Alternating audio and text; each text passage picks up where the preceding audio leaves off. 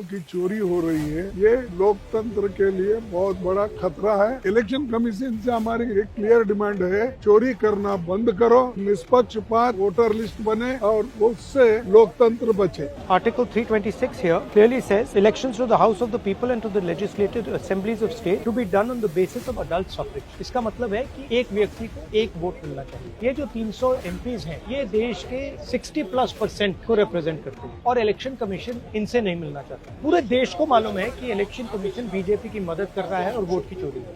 दूध का दूध, पानी का पानी, देश के सामने आने की आवश्यकता है। जिन्होंने गलत काम किया है उनको एक्सपोज करने के लिए जो करना होगा वो करें। हक और इंसाफ की लड़ाई लगातार हम लोग लड़ते रहेंगे। कितनी भी बंदिश हो, कितनी भी पाबंदियां हो, लोकतांत्रिक अधिकारों के लिए हमेशा हम लोग लड़ेंगे।